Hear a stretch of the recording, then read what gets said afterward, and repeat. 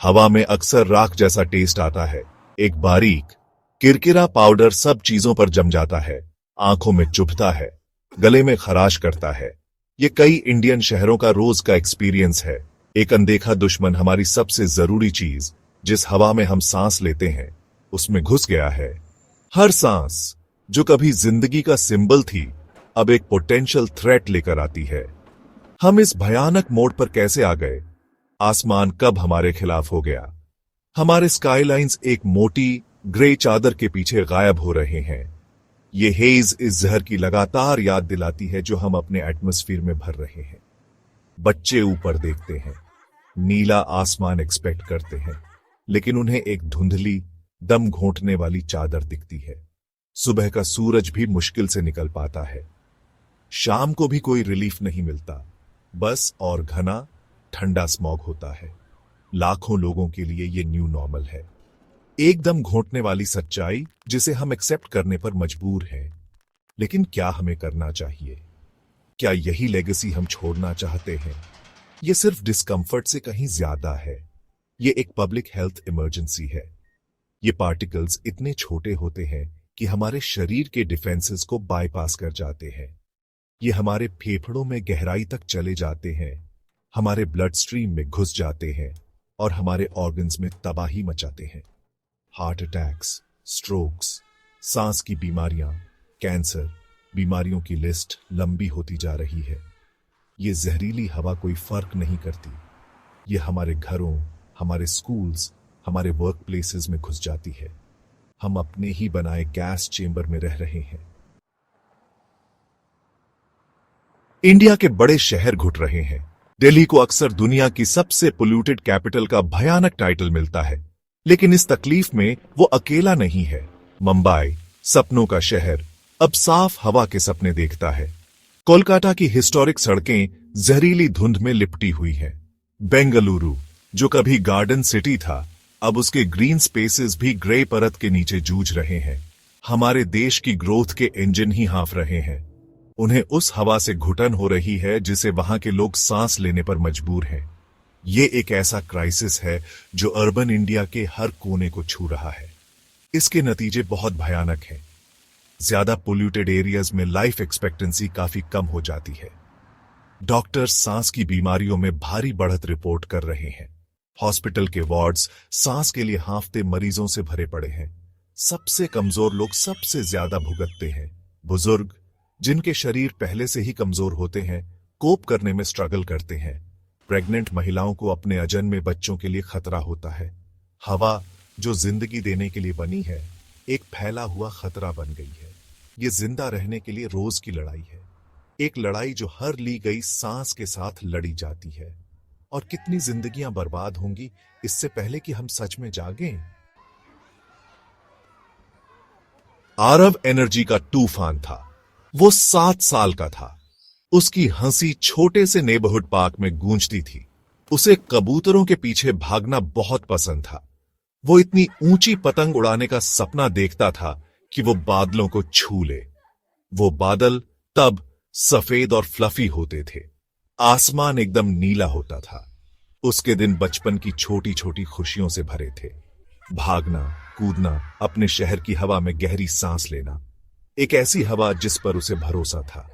एक ऐसी हवा जो उसे बिना पता चले धीरे धीरे उसके खिलाफ हो रही थी। वो एक खुश बच्चा था, जिंदगी से भरपूर। फिर खांसी शुरू हुई।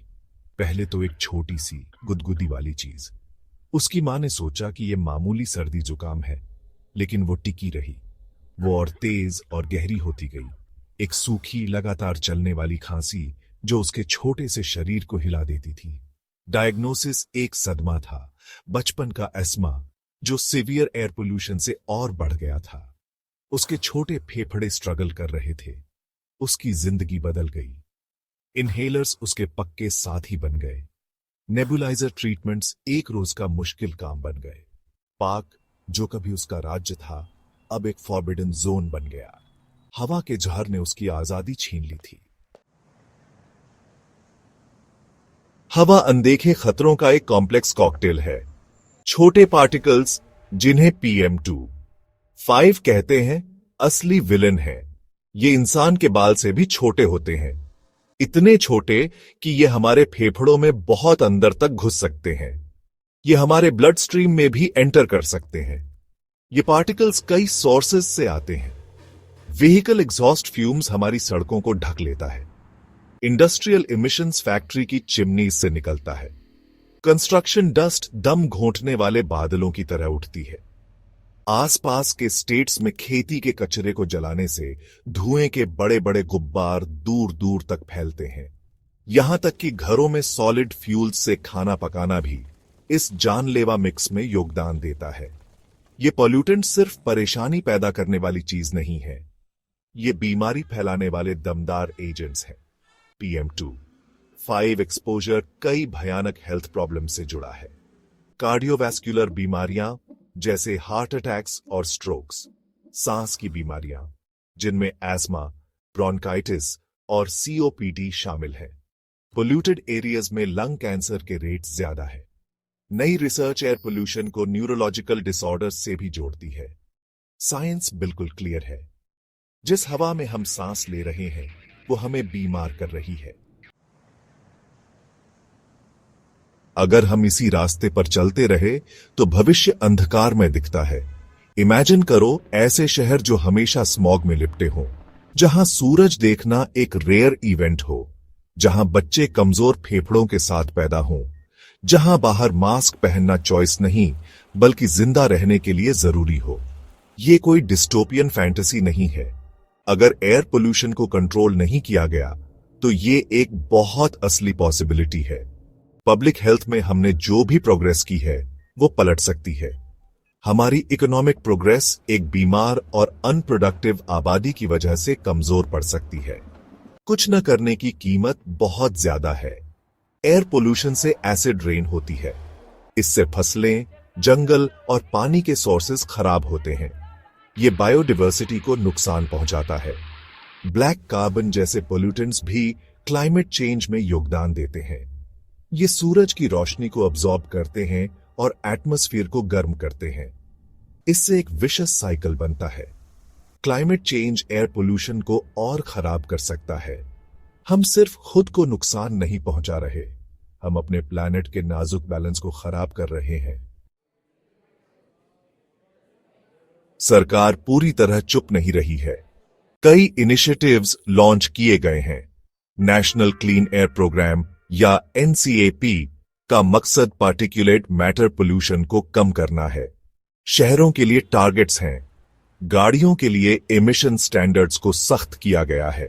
BSV फ्यूल की तरफ बढ़ना एक इंपॉर्टेंट कदम था। इलेक्ट्रिक व्हीकल्स को प्रमोट करने की कोशिशें चल रही हैं। LPG कनेक्शंस के लिए सब्सिडीज का मकसद घरों में सॉलिड फ्यूल से होने वाले एयर पोल्यूशन को कम करना है। ये सराहनीय कोशिशें हैं। ये प्रॉब्लम को मानने का सिग्नल देती हैं, एक्शन लेने की इच्छा। लेकिन क्राइसिस का स्केल इससे कहीं ज्यादा मांगता है, बहुत ज्यादा। इन प्रोग्राम्स को लागू करने में अक्सर चैलेंजेस आते हैं। मॉनिटरिंग मैकेनिज्म्स कमजोर हो सकते हैं। रेगुलेशंस का एनफोर्समेंट अक्सर ढीला होता है। इंटर डिपार्टमेंटल कोऑर्डिनेशन एक रुकावट हो सकती है। एयर पोल्यूशन की प्रॉब्लम कॉम्प्लेक्स है। ये कई सेक्टर्स से जुड़ी है। इसके लिए एक सच में इंटीग्रेटेड अप्रोच की जरूरत है। कभी कभी पॉलिसीज सिर्फ कागजों पर होती है, लेकिन जमीन पर उनका असर लिमिटेड होता है। स्मॉग और घना होता जा रहा है। AQI नंबर्स खतरनाक रूप से ऊंचे बने हुए हैं। किए गए वादे इस पोल्यूटेड हवा में लटके हुए लगते हैं। इस भयानक सच्चाई के बावजूद उम्मीद खत्म नहीं हुई है। सॉल्यूशंस मौजूद हैं। हमारे पास अपनी हवा साफ करने के लिए नॉलेज और टेक्नोलॉजी दोनों है। इसके लिए एक मल्टी प्रॉन्ग्ड अप्रोच की जरूरत है।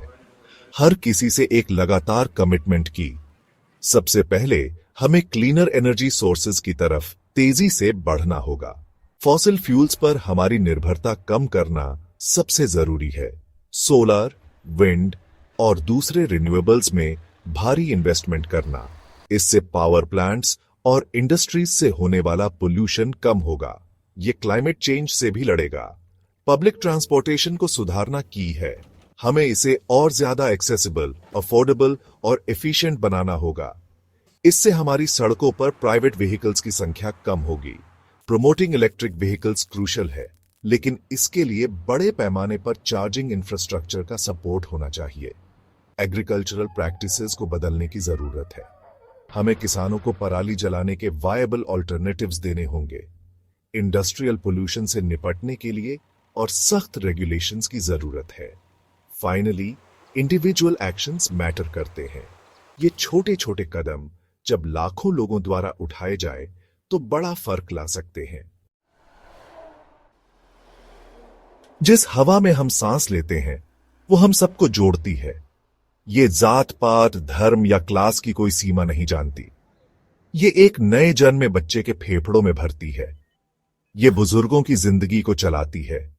ये हमारे वजूद का सबसे बुनियादी एलिमेंट है। फिर भी हमने इसे मौत का वाहक बनने दिया है। हमने इस जरूरी तोहफे में जहर घोल दिया है। स्टैटिस्टिक्स डरावने हैं, पर्सनल कहानियां दिल दहला देने वाली हैं। भविष्य अगर हम एक्शन नहीं लेते तो भयानक है।